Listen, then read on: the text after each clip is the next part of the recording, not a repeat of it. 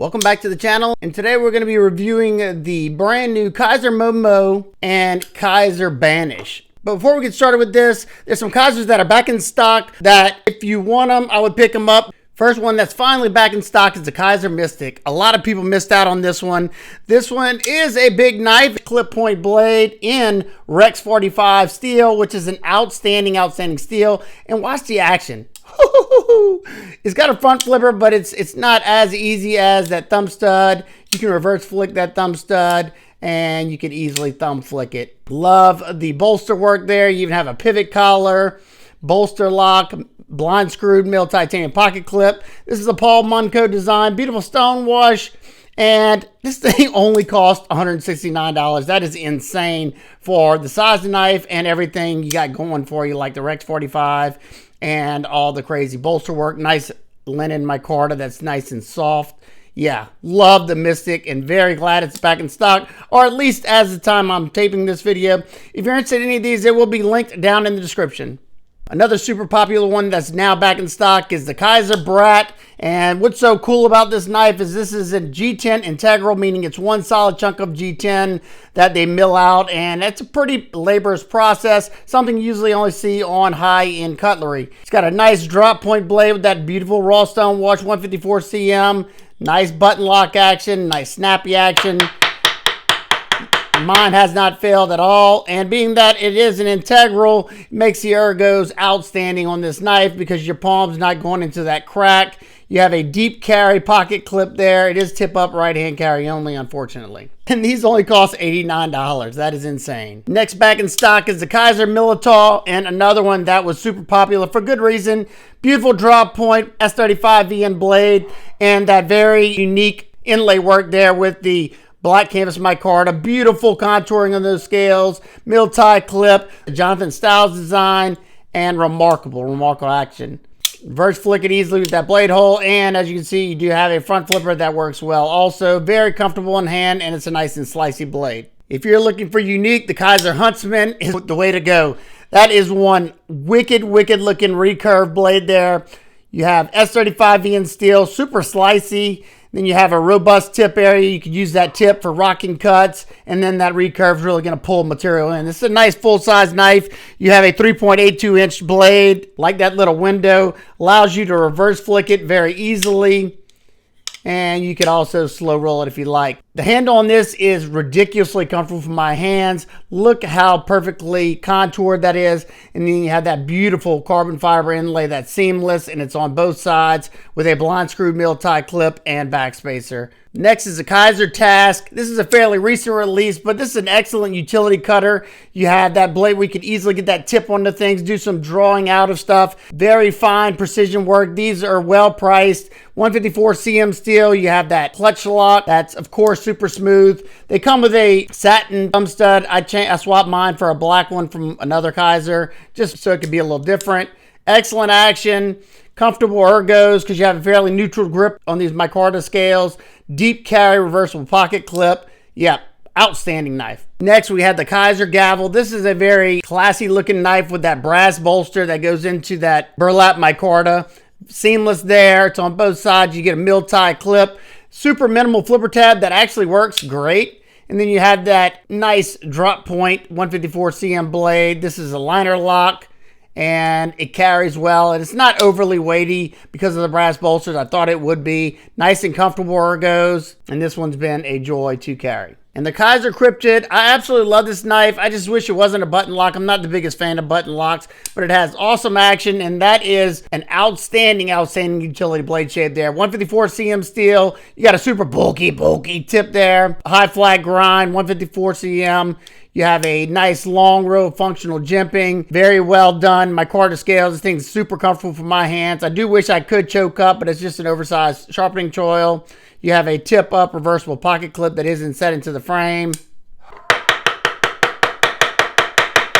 Mine hasn't failed, but you got to treat button locks almost like they don't have a lock, just to be safe. And now to the Kizer Momo. This thing is a beast. It's at 9.45 inches long. It's got a whopping 4.19 inch drop point blade of 154 cm steel.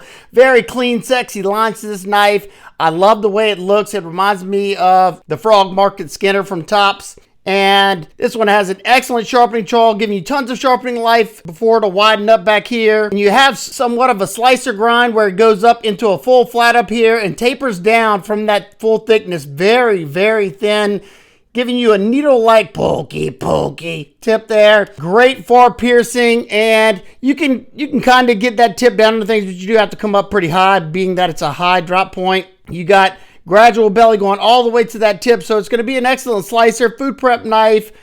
Definitely probably one that would be good in the kitchen, even though it's not super thin, but it'll still do good. Only thing it may struggle with is doing longer cuts into cardboard. You may slide out of the cut. However, everything that I did with it, it did just fine. It was a nice and slicey blade. That flat grind comes down to 16 thousandths behind the edge, making it very, very slicey, and it came scary sharp from Kizer. They do an excellent job sharpening this 154cm. All the 154cm knives I've gotten lately from them have been stupid sharp.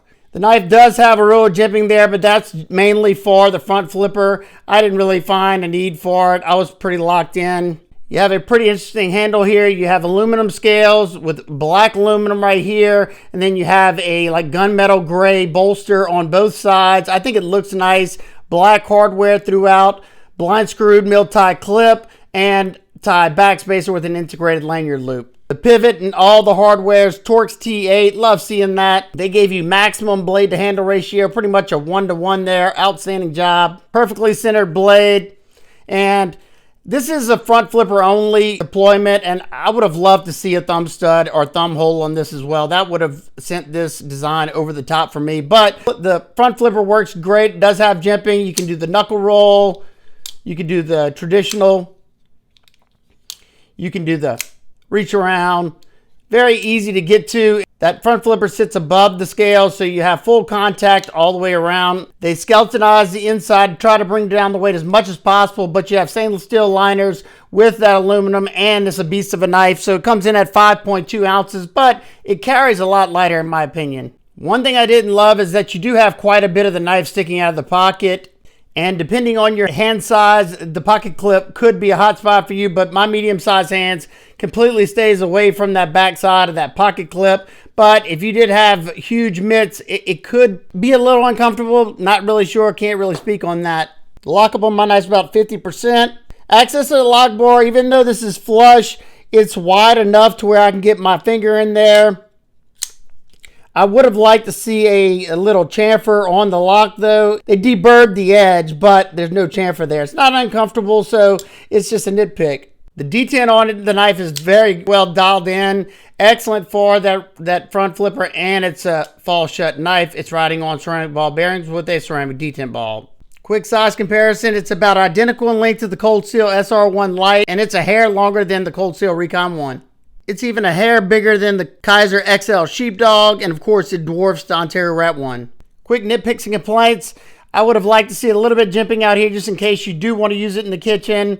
Just a nitpick, and it's really just my personal preference. I would have loved to have some sort of thumb opener on this knife. It would have set it over the top in my opinion. Even if they would have got rid of that front flipper, that would have kept it even cleaner looking. Put a blade hole in there. Outstanding. I would have loved to see this pocket clip put in the dead center right here. It would have made it more comfortable for more people. However, it didn't bother my hands. It didn't tip for lefties. And last, maybe a chamfer on that lock bar and maybe a little bit better lock bar access, even though I have no troubles. These go live on the Kizer site at 8 p.m. Central Standard Time, 9 p.m. Eastern Time. If you go before that, it will say sold out. And lastly, we had the Kizer Banish. This is a Jacob Lundquist design, and I gotta say, I absolutely love it. Excellent fifth pocket carry knife. The Banish is a much smaller version of his variant PE, and it's a locking version of his slip joint that he had made just like this. Comes with black canvas micarta that's nice and grippy. You have a deep carry reversible pocket clip, front flipper blade hole. This thing rockets out. Very, very snappy action on mine. You can use that front flipper and it comes out nice and fast. Also, I can even do the reach around on this one. It is a button lock. Mine has been solid.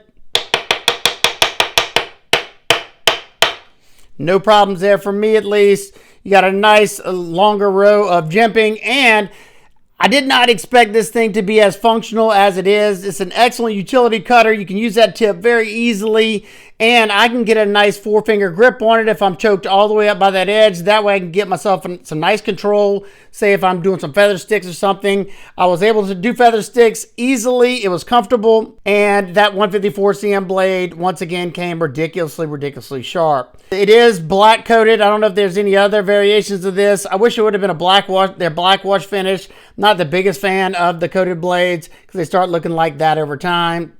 But when I say tiny, it's only 5.4 inches with a 2.3 inch blade.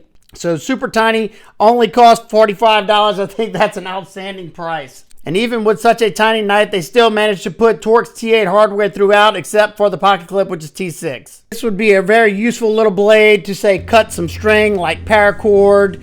I did the 550 cord, then I went to the 1100, and then I went to some braided diamond poly rope that was a good bit thicker. It passed through all that material nicely. I even cut some straps. No problem whatsoever. I cut a piece of seatbelt material. That's some hard stuff to cut. I did have to do it in sections because of the shorter blade, but it had no issues going through it. Not to mention as much pressure as I was putting into it, going through those materials. The knife felt good in the hand and it stayed locked up nicely. It does have a sharpening choil that should give you a few sharpenings before it starts to widen up in the back.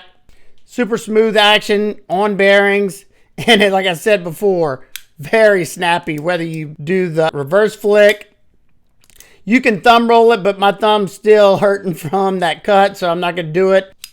My favorite means of deployment is definitely the blade hole, however. Even though there's no internal milling, this thing's still a featherweight at 2.22 ounces. I totally would forget it was even in my fifth pocket. Two good size references for you. You have the Civivi Baby Banter Warncliffe is about identical in length. Then you have the CJRB Mini Pyrite, and it's a little bit bigger than the Mini Pyrite. Nitpicks and complaints, either just nitpicks. I would have loved to see black wash finish on this one. However, it's not that big of a deal at $45 at least, in my opinion. And I would have liked to see that pocket clip inset into the micarta, but it probably would have made the price go up a little bit. So I'm actually good the way it stands. This is a very fun one to carry, very fun one to use. And for $45, I think it's a great deal. Well, that does it for today's video. If any of these interest you, remember they will be linked down in the description. They will be affiliate links, so if you want to help support what I do here on the channel, that's one way to do so. If not, no big deal. All right, guys and girls, if you have any questions, comments, concerns, please leave those down below. I hope everybody's having an absolute amazing day. I will see y'all in the next one. Bye.